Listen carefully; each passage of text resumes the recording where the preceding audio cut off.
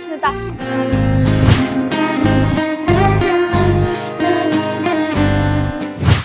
ಎಲ್ರಿಗೂ ನಮಸ್ಕಾರ. ನಾನು ಮಜಾ ಭಾರತ ಸುಷ್ಮಿತಾ. ಬರೀ ಸುಷ್ಮಿತಾ ಅಂತ ನಮ್ಮ ತಂದೆ ತಾಯಿ ಹೆಸರಿಟ್ಟಿದ್ರು, ಆದರೆ ಈಗ ಮಜಾ ಭಾರತ ಸುಷ್ಮಿತಾ ಅಂತಲೇ ಖ್ಯಾತಿಯಾಗಿದೆ. ಸೊ ಆ ಹೆಸರನ್ನ ನಾನು ತುಂಬ ಖುಷಿಯಿಂದ ಹೇಳ್ಕೊಳ್ಳೋಕ್ಕೆ ಇಷ್ಟಪಡ್ತೀನಿ. ಮೂಲತಃ ನಾನು ಬೆಂಗಳೂರವಳು, ಇಲ್ಲೇ ಹುಟ್ಟಿ ಬೆಳೆದವಳು. ಜೊತೆಗೆ ನಾನು ನಮ್ಮ ಅಪ್ಪ ಅಮ್ಮನ ಜೊತೆ ಚಿಕ್ಕ ವಯಸ್ಸಲ್ಲಿರಬೇಕಾದ್ರೆ ಜಾಸ್ತಿ ಬೆಳೆದಿಲ್ಲ. ನಾನು ಅಜ್ಜಿ ತಾತನ ಒಟ್ಟಿಗೆ ಬೆಳೆದವಳು, ಆದರೆ ಅದು ಬೆಂಗಳೂರಲ್ಲೇ ಬೆಳೆದಿದ್ದು. ಮತ್ತು ಆಗಾಗ ನನಗೆ ರಜೆ ಸಮಯ ಬಂದಾಗ ನಾನು ನಮ್ಮ ಊರಿಗೆ ಹೋಗ್ತಾ ಇದ್ದೆ, ರಾಮನಗರದ ಹತ್ತಿರ ಸುಗ್ನಹಳ್ಳಿ ಅಂತ. ಸೊ ಹಳ್ಳಿ ವಾತಾವರಣನೂ ನಂಗೆ ಚೆನ್ನಾಗಿ ಗೊತ್ತು, ಆ್ಯಂಡ್ ಬೆಂಗಳೂರಲ್ಲಿ ಹೇಗಿರಬೇಕು ಮತ್ತು ಇಲ್ಲಿನ ವಾತಾವರಣಕ್ಕೂ ಕೂಡ ನಾನು ಅಡ್ಜಸ್ಟ್ ಆಗಿದ್ದೀನಿ. ಆ್ಯಂಡ್ ನಾನು ಸಣ್ಣ ಪುಟ್ಟ ನಾಟಕ ಮಾಡ್ಕೊಂಡು ಬಂದೆ. ಅದಾದ ನಂತರ ನನಗೆ ಒಳ್ಳೆಯ ಒಂದು ಸೀರಿಯಲ್ ಆಫರ್ ಸಿಕ್ತು. ಅದಾದ ನಂತರ ಒಂದು ಸಿನಿಮಾ ಮಾಡಿದೆ.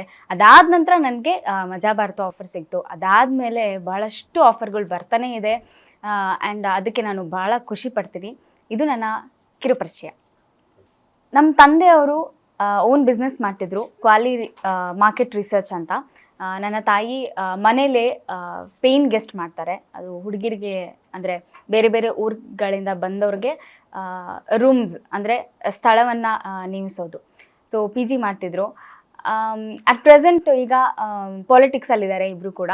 ಸೊ ಅದು ನನಗೆ ತುಂಬ ಖುಷಿ. ಅಂದರೆ ಪಾಲಿಟಿಕ್ಸ್ ಅಂದರೆ ಬೇರೆ ರೀತಿಯೇ ಆಗುತ್ತೆ. ಪಾಲಿಟಿಕ್ಸ್ ಅಂತ ಹೇಳಲ್ಲ, ನಾನು ಸೋಷಿಯಲ್ ವರ್ಕ್ ಅಂತ ಹೇಳ್ತೀನಿ. ನಾನು ಕೂಡ ಬಹಳಷ್ಟು ಇನ್ವಾಲ್ವ್ ಆಗ್ತೀನಿ ಅದರಲ್ಲಿ ಆವಾಗವಾಗ. ಸೊ ಮತ್ತು ನನಗೊಬ್ಳು ತಂಗಿ ಇದ್ದಾಳೆ, ಅವಳು 2nd PUC ಓದ್ತಾ ಇದ್ದಾಳೆ. ಚಿಕ್ಕ ವಯಸ್ಸಿಂದ ಚಿಕ್ಕವರಿರ್ಬೇಕಾದ್ರೆ ಸದ್ಯ ನನಗೆ ಆ ಟೈಮ್ಗೆ ತಿಂಡಿ ತಿನಿಸು ಸಿಕ್ಕಿದ್ರೆ ಸಾಕಪ್ಪ ಅಂತ ಇರ್ತೀವಿ. ಆ ವಯಸ್ಸಲ್ಲಿ ಏನೂ ಅಷ್ಟು ಅರ್ಥನೂ ಆಗಲ್ಲ, ಜೀವನದ ಬಗ್ಗೆ ನಮಗೆ ಇಂಪಾರ್ಟೆನ್ಸು ಗೊತ್ತಿರಲ್ಲ. ಚಿಕ್ಕ ವಯಸ್ಸಲ್ಲಿ ನಾನು ಆಡ್ಕೊಂಡು ಬೆಳೆದಿದ್ದು. ಬಟ್ ನನಗೆ ಬಹುಶಃ ನಾನು ಚೆನ್ನಾಗಿ ಓದಿ ಯಾವುದೋ ಒಂದು ಕೆಲಸ, ಒಳ್ಳೆ ಕೆಲಸದಲ್ಲಿ ಇರ್ತೀನಿ ಅಂತ ನಾನು ಅಂದ್ಕೊಂಡಿದ್ದೆ. ಬಟ್ ಬರ್ತಾ ಬರ್ತಾ ಬರ್ತಾ ಕೆಲಸಕ್ಕೂ ಸೇರಿದೆ. ಆದ ನಂತರ ನಾನು BCom ಮುಗಿಸಿದ್ದೀನಿ. BCom ಆದ ತಕ್ಷಣ ನಾನು ಆ್ಯಕ್ಚುಲಿ ಕೆಲಸ ಮಾಡಿದೆ. ಕೆಲಸ ಆದ ನಂತರ ನನಗೆ ಯಾಕೋ ಬೇಡ ಅಂತ ಅನಿಸ್ತು. Because it was not my cup of tea ಅಂತ ನನಗನ್ನಿಸ್ತು. ಇನ್ನು ಮೀನ್ ವೈಲ್ ನನಗೆ ನಾಟಕ ಅದು ಇದು ಮಾಡ್ತಾನೆ ಇದ್ನಲ್ವ. ಸೊ ಮಜಾ ಭಾರತ ಆಫರ್ ಸಿಕ್ಕಿದ ತಕ್ಷಣ ಕೆಲಸನೂ ಬಿಟ್ಟು ಆರಾಮಾಗಿ ಮಜಾ ಭಾರತದಲ್ಲಿ ಸೆಟ್ಲಾಗ್ಬಿಟ್ಟೆ. ನಟಿ ಆಗಿಲ್ಲ ಅಂದಿದ್ರೆ 2 ಮಕ್ಳು ತಾಯಿ ಆಗ್ತಾಯಿದ್ದೆ. ಮದುವೆ ಅಲ್ಲ, ಫಿಕ್ಸ್ ಆಗಿರಲಿಲ್ಲ. ಅಂದರೆ ಹುಡುಕ್ತಾ ಇದ್ರು, ಯಾಕಂದರೆ ನಮ್ಮನೇಲಿ ಸ್ವಲ್ಪ ಬೇಗನೆ ಮದುವೆ ಆಗೋಣ ಅಂತ ನಮ್ಮಮ್ಮ. ಇಲ್ಲ ಸ್ವಲ್ಪ ಲೈಫು ಏನು ಅಂತ ಗೊತ್ತಾಗಲಿ, ಅದಾದ ನಂತರ ಅವಳಿಗೆ ಜವಾಬ್ದಾರಿ ಬರುತ್ತೆ, ಆಮೇಲೆ ಮದುವೆ ಮಾಡೋಣ ಅಂತ ನಮ್ಮಪ್ಪ. ಅವರಿಬ್ಬರು ಮಧ್ಯದಲ್ಲಿ ನಾನು ಒಂಥರ ಮಜಾ ಮಾಡ್ತಿದ್ದೆ, ಅವರಿಬ್ಬರು ಜಗಳ ನೋಡಿಕೊಂಡು. ಬಟ್ ನಮ್ಮಪ್ಪ ನನ್ನ ಸೈಡ್ ಇರೋದ್ರಿಂದ ನಾನು ಸ್ವಲ್ಪ ಬಚಾವಾಗಿದ್ದೀನಿ. ಇಲ್ಲ ಅಂದಿದ್ರೆ ಇಷ್ಟೊತ್ತಿಗೆ 2 ಮಕ್ಳು ತಾಯಿ ಆಗ್ತಿದ್ದೆ.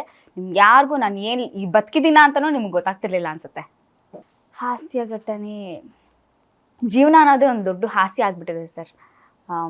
ಯಾಕೆಂದರೆ ಭಾಳಷ್ಟು ನೋವುಗಳನ್ನ ತಿಂದು ಅದಾದ ನಂತರ ಹಾಸ್ಯ ಕಲಾವಿದರಾಗ್ತಾರೆ ಅಂತ ನೀವು ಕೇಳಿದ್ದೀರಾ. ಅದು ಎಲ್ರಿಗೂ ಸಹ ಗೊತ್ತಿರುವಂಥ ವಿಷಯ. ತುಂಬ ಕಷ್ಟಗಳನ್ನ ಅನುಭವಿಸಿದ್ದೀನಿ. ಅಂದರೆ ಜೀವನದಲ್ಲ, ಅಂದರೆ ನನ್ನ ಪರ್ಸ್ನಲ್ ಲೈಫಲ್ಲಲ್ಲ, ನನ್ನ ಪ್ರೊಫೆಷನಲ್ ಲೈಫಲ್ಲಿ ತುಂಬ ಕಷ್ಟಗಳನ್ನ ಅನುಭವಿಸಿ ಅದಾದ ನಂತರ ಹಾಸ್ಯ ಮಾಡಬೇಕು ಅಂತ ಅಂದ್ಕೊಂಡಿದ್ದು. ನಾನು ಇಷ್ಟು ಚೆನ್ನಾಗಿ ಕಾಮಿಡಿ ಮಾಡ್ತೀನಿ ಅಂತ ನನಗೆ ಗೊತ್ತಿರಲಿಲ್ಲ.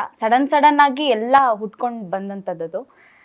ಹಾಸ್ಯ ಘಟನೆ ಅಂತ ಯಾವುದೂ ಇಲ್ಲ ಸರ್. ಎಲ್ಲನೂ ಹಾಸ್ಯವಾಗೇ ತೊಗೊತೀನಿ ನಾನು.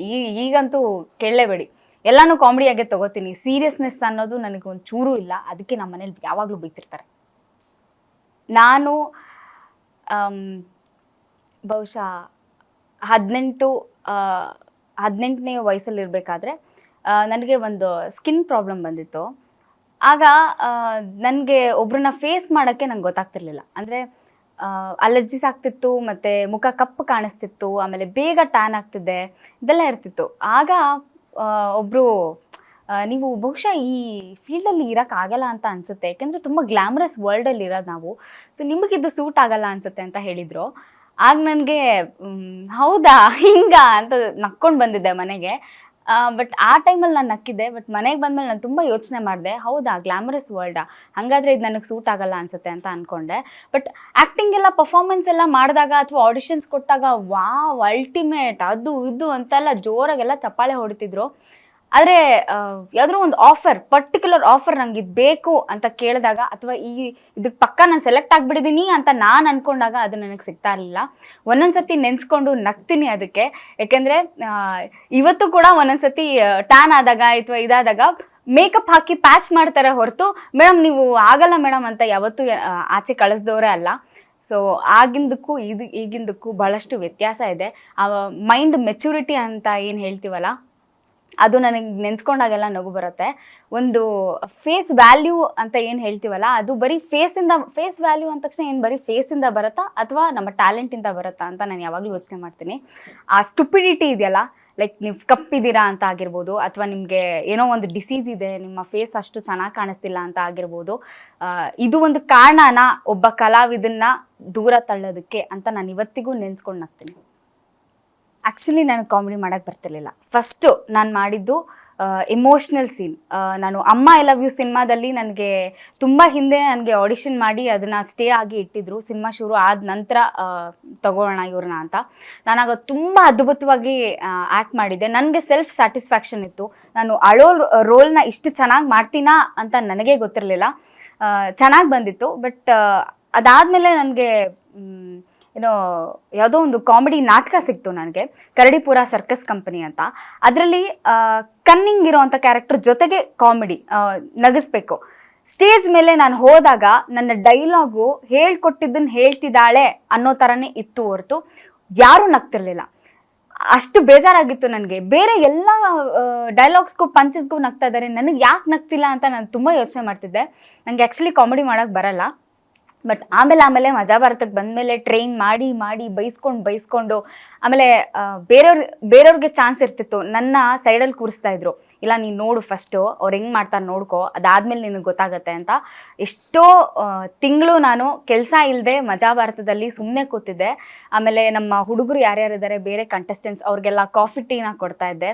ಆಮೇಲೆ ಬಿಸ್ಕೆಟ್ಸ್ ತಂದು ಇಟ್ಟಿರ್ತಿದ್ರು, ಅದನ್ನೆಲ್ಲ ಬಿಸ್ಕೆಟ್ ಪ್ಯಾಕೆಟ್ ಓಪನ್ ಮಾಡಿ ಅದನ್ನೆಲ್ಲ ಒಂದು ಪ್ಲೇಟಲ್ಲಿ ಹಾಕಿ ಅವರೆಲ್ರಿಗೂ ಸಪ್ಲೈ ಮಾಡ್ತಿದ್ದೆ. ಇಷ್ಟೇ ಒಳ್ಳೆ ಕೆಲಸದೋಳ ಥರ ಇರ್ತಿದ್ದೆ ನಾನು ನಮ್ಮ ಮಜಾ ಭಾರತ ಬಿಗಿನಿಂಗಲ್ಲಿ, ಸ್ಟಾರ್ಟಿಂಗಲ್ಲಿ. ಬಿಕಾಸ್ ಅವ್ರು ನನಗೆ ಹೇಳ್ಕೊಟ್ರು, ನಿನಗೆ ಹಿಂಗೆ ಮಾಡಿದ್ರೇ ನಿನ್ನ ಬುದ್ಧಿ ಕಲಿಯೋದು, ನೀನು ಹಿಂಗಿದ್ರೇ ಸರಿ ಅಂತ ನನ್ನ ಬಿಟ್ಬಿಟ್ಟಿದ್ರು. ಸೊ ನಾನು ಆವಾಗ ಕಲ್ತಿದ್ದು, ಒಬ್ರನ್ನ ನೋಡಿ, ನಮ್ಮ ಬೇರೆ ಕಂಟೆಸ್ಟೆಂಟ್ಸ್ನೆಲ್ಲ ನೋಡಿ ನಾನು ಹಾಸ್ಯವನ್ನು ಕಲ್ತಿದ್ದು. ಅದಕ್ಕಿಂತ ಹೆಚ್ಚಿಗೆ ಹೇಳಬೇಕಂದ್ರೆ ನನಗೆ ಇವಾಗ ಬರೀ ಕಾಮಿಡಿ ರೋಲ್ಸ್ಗೆ ಮೂವೀಸ್ಗೆ ಕರೀತಾರೆ. ನನಗದು ಸ್ವಲ್ಪ ಬೇಜಾರಿದೆ. ನನಗೆ ಬೇರೆ ಏನಾದರೂ ಒಂದು ಹೊಸ ಪಾತ್ರದಲ್ಲಿ ಕಾಣಿಸ್ಕೋಬೇಕು ಅಂತ ತುಂಬ ಆಸೆ ಇದೆ. ಅದಕ್ಕೊಂದು ಅವಕಾಶಕ್ಕೆ ನಾನು ಕಾಯ್ತಾ ಇದ್ದೀನಿ.